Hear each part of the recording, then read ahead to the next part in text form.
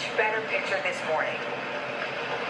It absolutely is, Darlene. We saw birds for the first time fly overhead. We hadn't seen any birds at all. We arrived here on Friday down in West Palm Beach, and I'm glad that you pointed out the conditions last night, and now let's look at what's going on today, because that's what makes this storm different, the tornadoes and the thunderstorms that we're used to in the Midwest. Last night, kind of similar to what we dealt with. We had sheets of rain, you could still see though, and we had gusts of wind, but the main issue this morning is just this extended amount of wind. Mike Kaplan telling me that this area of Orlando has endured about 8 hours of 60-mile-per-hour gusts. It just won't let up. And when we come back live, I'm going to talk about the video first. When we come back live, I'm going to do a little show and tell for you here. The video that you were looking at there were lines of people to get fuel. And many of the people here in Orlando are tourists, kind of freaking out about the situation. That was the only gas station within miles that still had gasoline, so there were long lines there.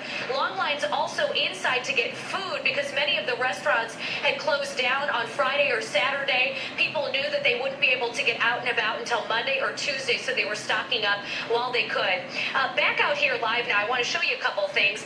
Now that the sun has come up and we've been able to assess the damage ourselves, we've seen a lot of these palm fronds blown about. No trees blown over, but stuff like this kind of cluttering the road.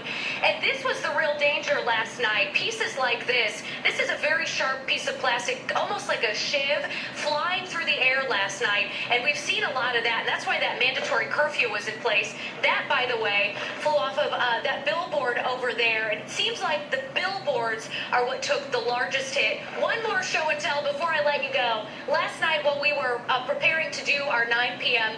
Live shot for you, there's a Titanic exhibit across the street, and there was a giant awning on the front of it, and photographer Eddie's going to pan over to that.